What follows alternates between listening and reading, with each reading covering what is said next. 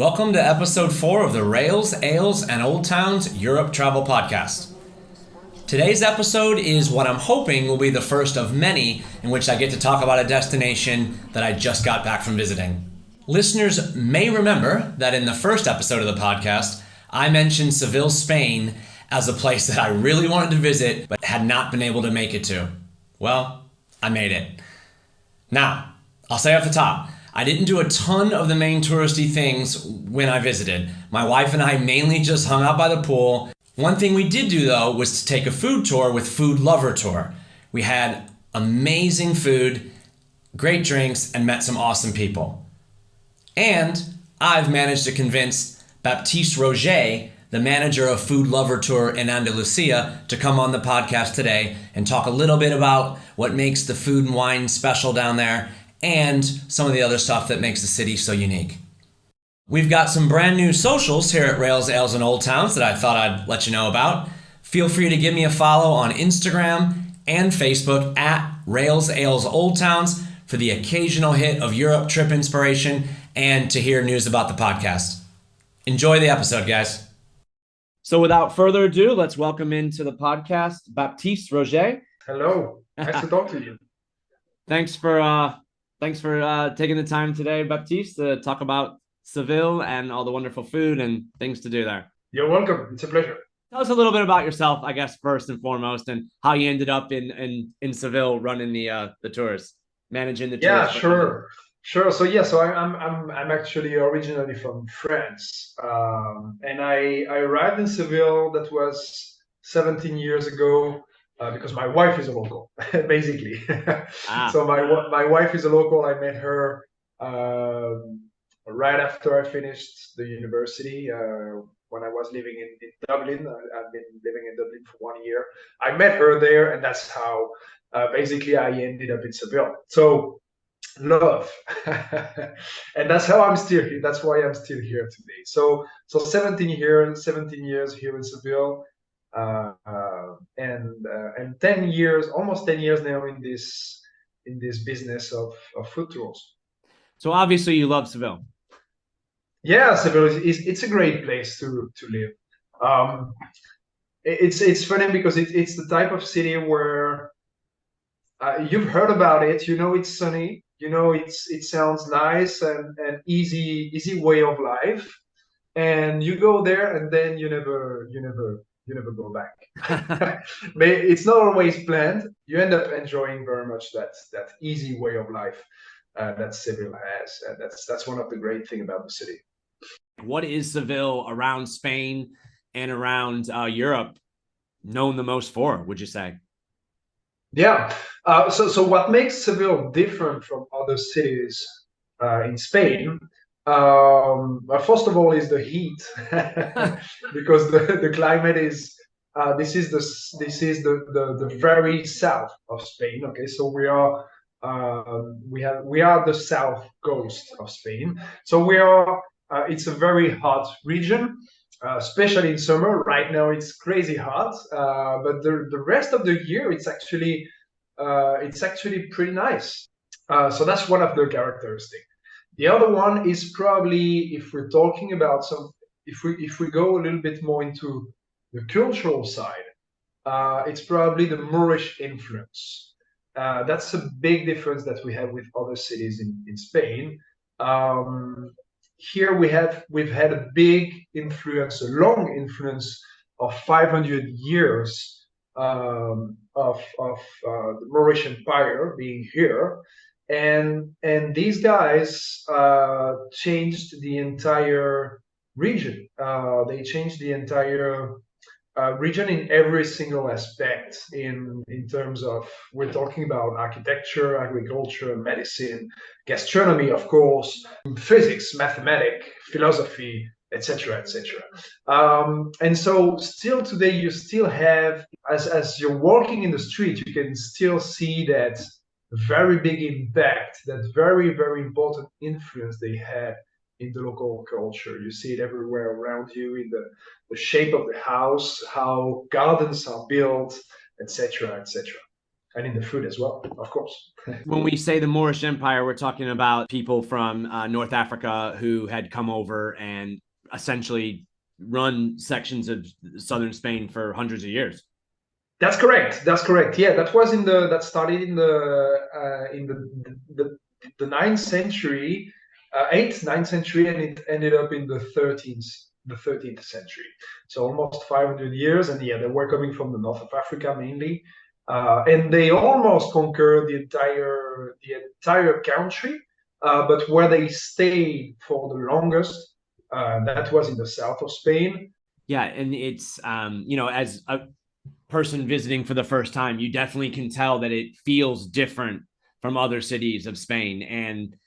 And would you say, like, because I've heard this about Seville, and then when I went there, I didn't see any reason to disagree, and I'm down with this assessment of that. Would you say that Seville is like the most quote unquote Spanish traditional city of the big cities in Spain? Yes, yes, that's another characteristic. It's true that the south of Spain in general is very attached to its tradition. So we're talking about the bullfights. We're talking about the feria. We're talking about the Holy Week. There are traditions that are hundreds of years, and that are still very central in the local culture. I don't know if you've seen, there is a big monument in Seville that is, the name is Las Setas Metropole Parasol. I don't know if you had the chance to see that. That's a modern monument that is right in the center of the city.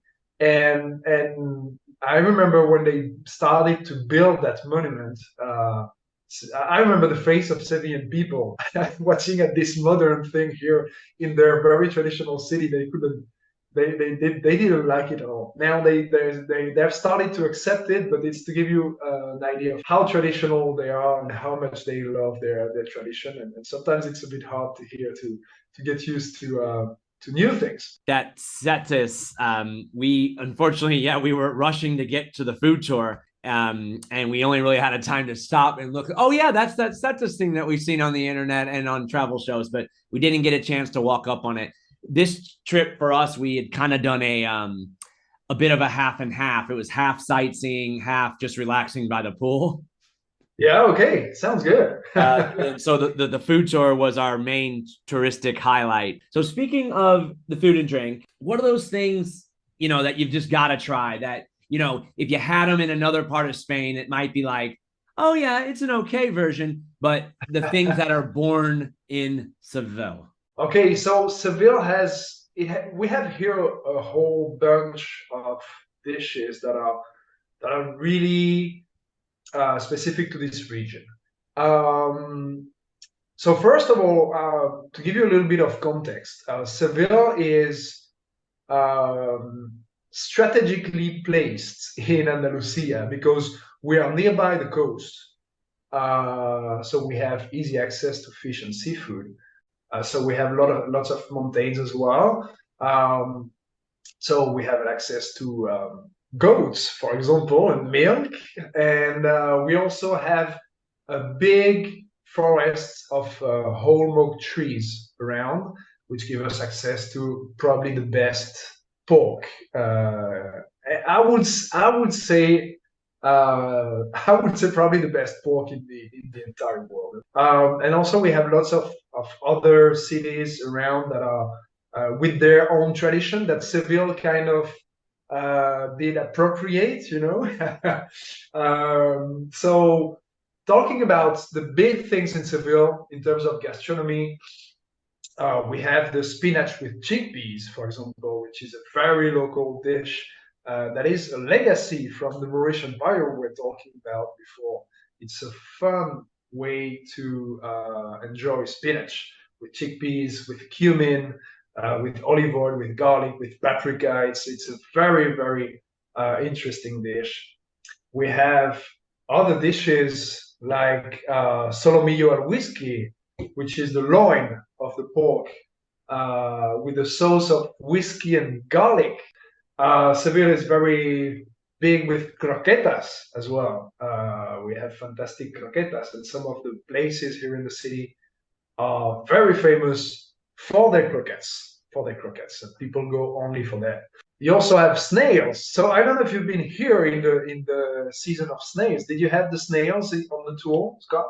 I was just about to mention that. Yes, at the very first stop, because when you mentioned the spinach and chickpeas, I was thinking to myself about how amazing the dish we had of spinach and chickpeas. And it's one of those things that when you hear it, it doesn't jump out at you as something that would be delicious, spinach and chickpeas. But when you get the seasonings in there, and like you mentioned, the cumin, we had it at the very first stop at Taberna Perigil. And then they brought out, because it happened to be the season, they brought out a nice plate full of snails. Yes. So yes, Seville is the biggest. I hope I'm not going to scare anyone here, but Seville in the season of snails, which is from the beginning of May to the end of June, it is the biggest snail consumer in the world. It's huge. Everybody eats snails, and we here they eat the very, very, very small snails with a sauce that is made with different spices, local spices, and it's very interesting. It's very interesting, and we like to bring that on the tour because it's an icebreaker, and you can see lots of different reaction around that dish. To finish and to give the very last maybe dish, we cannot talk about the Sevillian gastronomy without talking about the cured ham. The cured ham is something that you can find very easily in Seville, and it's for me it is the best example of the local gastronomy or the most amazing dish. So here pigs are they are Iberian pigs. It's a specific breed that has the perfect conditions for the cured ham.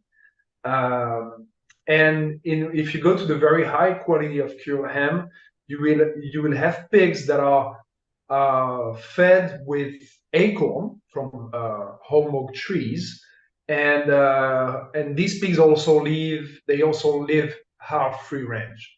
So these pigs have a fantastic quality of life, and the result in the taste and in the texture is just it's from another world. I'm not sure I got the acorn ham, but we definitely had some sensational ham. Most notably, I also had it on a breakfast, a restaurant, Antigua Casa Diego, which was turned into like our little neighborhood place that we went a couple times. So a little ham on toast with some olive oil, and it was wonderful. That's making me hungry again. Circling back to the snails, it Yeah. was fascinating to see. It's great when there's something that's seasonal that's in, and you can sense the excitement in the Mhm. city. And we were there in early June, and people had their little, you could tell it was just somebody just whipped it up quickly on their home printer, printed up this little flyer and put in their window with just a piece of tape like, the snails are here, the snails are in. Yeah, it's a big thing here. It's a big thing here. People wait for it for the entire year, and you can see lots of people in the bars or on the terrace. They just go for the snail, They just go for a fresh beer and their little bowl of snail, and they just eat it like if it was sunflower seeds. It's something that you eat to. Uh, when you don't know what to do with your hands, or when you have to wait for something, just like popcorns, right? Yes. That's a little bit the attitude. For the record, I probably had about 12 of them, 15. They're kind of like, they reminded me a bit of like mussels or something like that. They were good. They were good, especially when they're in butter and garlic. Yeah. So for those people, if it's going to be the first time for snails, don't worry. We're not talking about the huge snails people have in France, for example, which they probably aren't the easiest first contact with snails. So in this case, we talk about the very small one, which is much easier if it's your first contact with snail, and you will see that it's very interesting. So, when we think about Spain and food, the one word that always comes up is tapas. You know, Yeah. um, is there a different vibe in Seville, in the tapas culture than other regions of Spain? So there are several regions in Spain. where the tapas culture is big.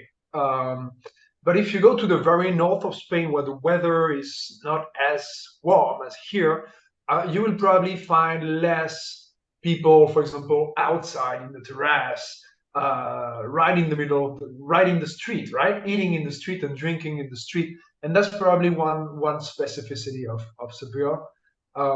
You go to the street and it's always crowded. It's always crowded. It doesn't matter the time of the day or the night. You always have people in the street. And when you live in one of these neighborhoods of Seville, one of the interesting thing, and that's thanks to tapas, it is that you know all your neighbors. It's a very, very social thing because tapas is you can have only one tapas. You can choose. You can have one tapas or you can make your entire dinner out of it.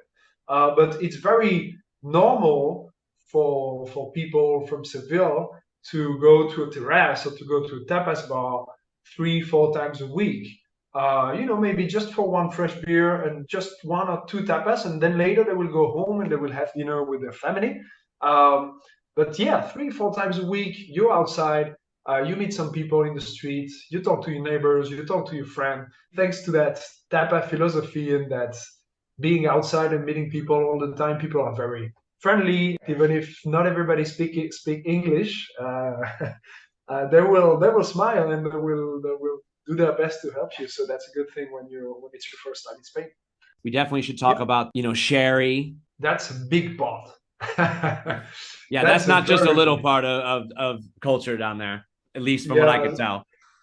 yeah. So the sherry wine, it's a very, very old tradition. So, and this land, Andalusia, has always been a land of white wine.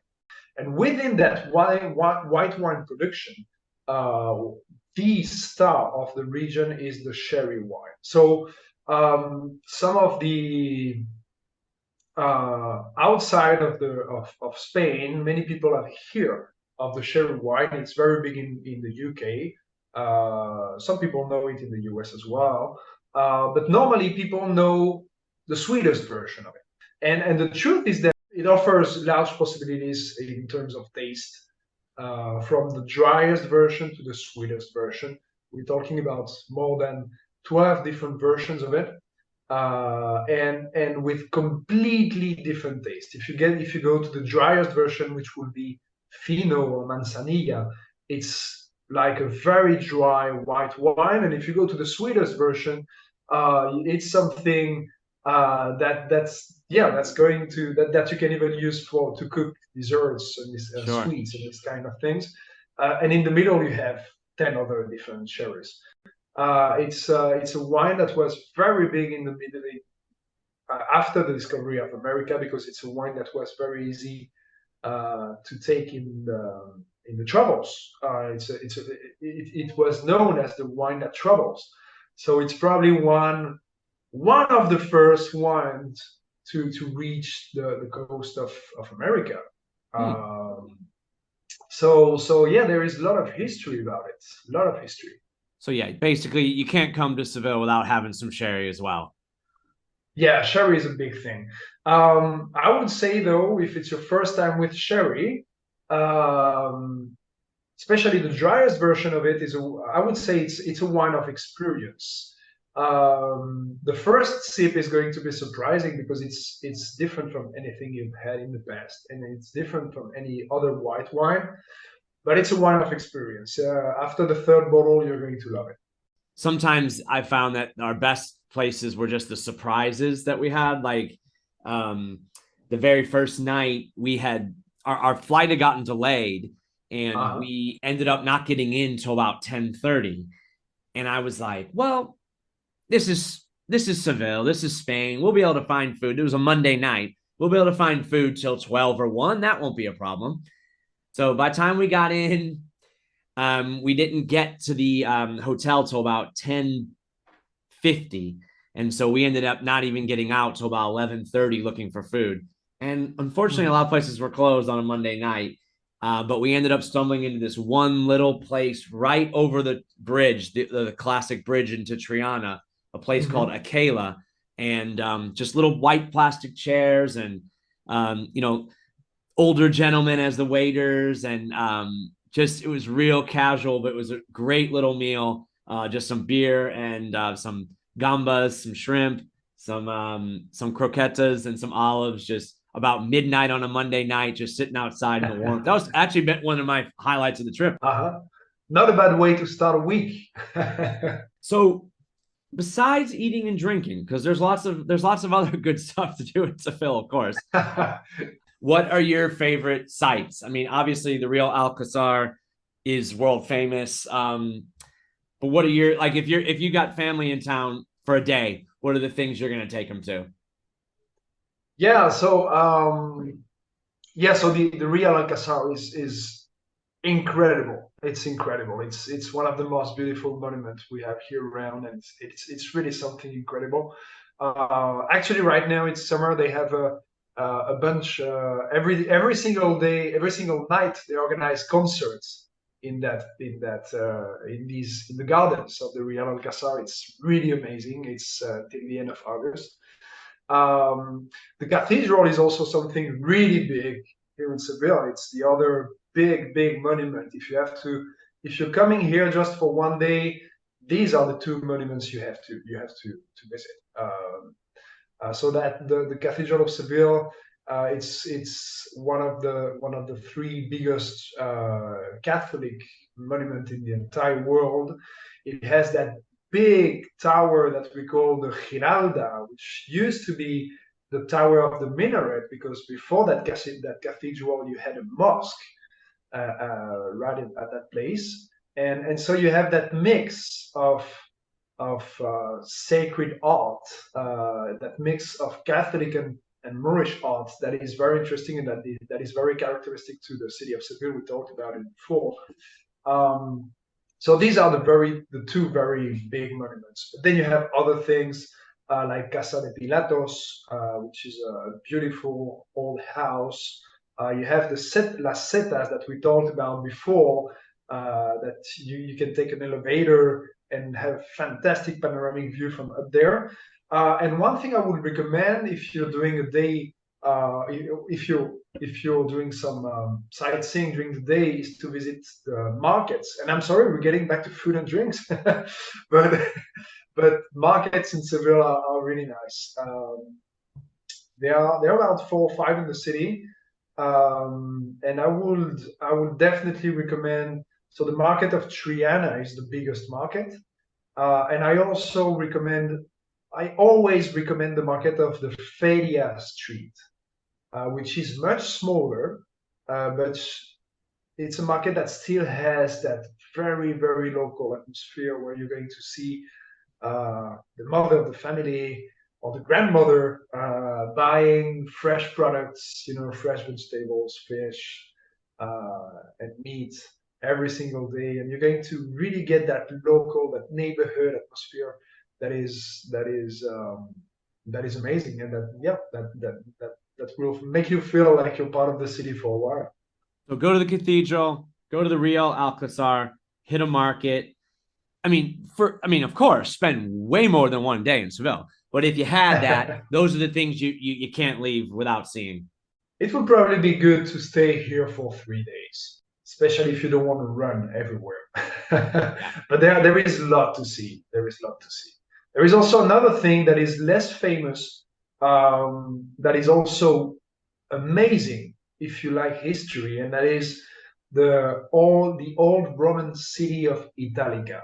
You have to take a bus for that. It's about 15 minutes by bus. It's not complicated to get there, and it's the old Roman city of Seville, and it's an amazing site. It's an amazing place to visit. It has a Coliseum. Actually, part of Games of Thrones was filmed there, in that Coliseum, and it's really interesting. That's how old Seville is, right? I mean, the amount of different influences that came into that city is really incredible. We started with the Phoenicians, then we had the Roman Empire. Seville was a huge city during the Roman Empire. Then the Moors, So these three civilization wrote something very. They had their big influence here, obviously, and you can still see that today, which is the amazing thing. So what if somebody was going to stay outside the center and they just wanted to kind of experience, Seville, the quote local side, where would you say is your favorite neighborhood to spend a few hours in or to stay? Yeah, that's a good question. So outside of the literal center of the city, I would probably I would probably recommend people to go to Triana, which is the place, the neighborhood where you stayed, which is a fantastic neighborhood. It's full of history, full of great bars, great terrace, and great local atmosphere. Um, the neighborhood of the Alameda and San Lorenzo, which is the neighborhood right next to it, are also very interesting and very, very beautiful, quiet, um, full of nice bars, restaurants, lots of great places to eat and drink. The neighborhood of La Macarena is also very, very, very nice, very interesting, with one of the most beautiful churches you can find in Seville, with some rests of the old Moorish fortress, the Moorish walls that would surround the entire city. You can still see it there. So with very old things and also very nice local atmosphere. Okay, great. Yeah, no, we were, had heard great things about Triana, and we were really thrilled that it lived up to that. Just, being so close, but feeling a little more, quiet and out of the way a little bit, especially when you got away from the Yeah, bridge and the main street and you started walking a little bit back. You really got into some a different pace of life. yeah, that's true. That's true. No, yeah, yeah. I said I probably didn't choose the right word. Probably a little bit less touristy. Even though, as you said, it's still just 5 minutes from the city center, or 10 minutes at the most by walk, which is another great thing about Seville. And it is that it's a city that it's easily walkable. You can go from one side of the city to the other side in 30 minutes by walk. So that makes it very easy to visit. Yeah, one of my American people love that. one of my favorite memories was just walking home at night through the Triana, just down uh, different little side streets and looking at the balconies and all the courtyards. You can kind of see into people's courtyards with their plants, and yeah. but you just hear the radios and TVs on at night, and it's really atmospheric. People are very open here. If you go to maybe a little bit more in villages, in small towns, people leave their doors open. That's still something that you will see maybe less in Seville today, but in the villages, in the towns around, you can still see that. You're walking in the street and people their doors are open. They don't have any problem with you watching inside the house. Uh, and once again, it's another symptom of how social people are around here. Mind the gap between the train and the platform. This is So we could keep talking about Seville. I mean, we've had a really good conversation about the food and drink and the city, but we haven't even talked about flamenco or the fair, the big fair in April, and the Yeah. wonderful things like that. Which we'll probably talk about it in a future episode, but we could talk about that, the city, for a while and not get bored. And I'll definitely be back again. That's for sure. But let's talk about Europe in general too, because you've mentioned that you're from northern France, you live in Seville. Where are your favorite places to go in Europe? If you had three places that you could go on your next holiday, I could just send you anywhere, and advice for anybody else, where would it be? Mm. Um, so difficult question, obviously.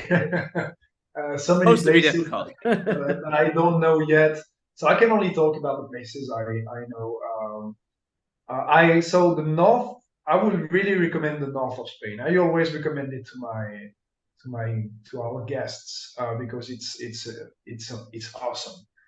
Whether you go to Galicia, to Asturias, to Cantabria, to the Basque Country, to Catalonia, it's to Aragon. It's all of them. All of these regions from the north of Spain are just awesome, awesome. If you have the chance to do El Camino de Santiago, that's an amazing experience. Also very affordable. It's really not expensive, and it's really beautiful as a life experience. Um, and there are lots of different ways to do it, lots of different paths you can use.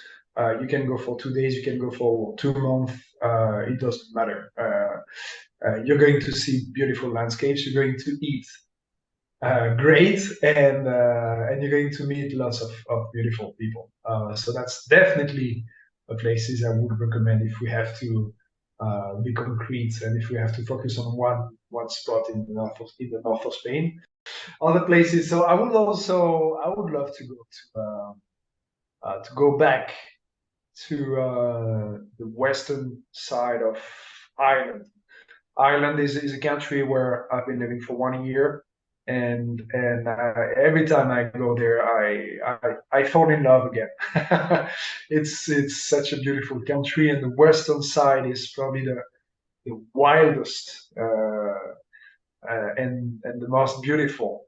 If you go to the Connemara, if you go to the Ring of Kerry, in terms of landscapes, it's one of the most beautiful things I've seen. And then you have that sense of hospitality of our Irish friends, and that atmosphere in pubs. It's such a great place to be. And then the very last place I would recommend, well, that would be uh, the region of my hometown. So I originally come from the northeast of France, from the region of Verdun, the city of Verdun. Some people might know it for the First World War. So it's about 1 hour from the Belgian border, but the region of Lorraine and the region of Alsacia, are really, really, really beautiful. So very rural, no big cities there, but beautiful towns. Nice way of life. Uh, Lots of sites. Also, if you want to, if you're interested in the battles of the First World War, that's also something. That's also a very interesting region for that. And it's not touristic at all. Really, really, I don't know many people who've been there. And so you're next to Belgium, you're next to Germany, so it can be also the starting point for to go to these other countries. Why not do a beer trip in Belgium or Sure. or anything else? Yeah, the that region there, yeah, when you look at it, when you pull it up, I've pulled it up there, and you see how close that northern France is to Belgium and Germany, and obviously you're from there, so there's a lot of mixing of the cultures, I would imagine. Yeah, there is a big mix of culture, and yes, it's interesting that we have a great thing in Europe is that we are. It's such a big concentration of culture that are so close in geographically, right? When we have people from other parts of the world, other continents like South America or the US, they are always surprised with that. They're like, "Wow, we've been driving for 2 hours, and the culture is completely different, Sure. and people behave completely differently." And sometimes we don't realize how lucky we are to have that big concentration of culture in such a small space. It's a very rich thing, and it's lots of opportunities to discover different cultures. All right. Well, yeah, that sounds sensational. Ireland, that's the first time it's come up on the podcast as somebody's dream destination. So that's exciting. It's been a long time. It's been like 15 years since I've been there. So, and I'm living right next door to it here in the UK. So there's no reason why I shouldn't be able to get over there soon. And you have to go. You will love that. All right, Baptiste, I really appreciate you taking the time out, and you've gotten me excited for my return trip to Seville. And I promise you, it's not going to be 20 years till the next time I get back. Okay, well, let me know whenever you're back, so we can have a few sherry wines. Yes, a few sherry wines, a few fresh beers, and a few snails on the riverside, perhaps. Yeah, that would be fantastic. All right, thanks a lot, Baptiste. Thanks for inviting me, Scott.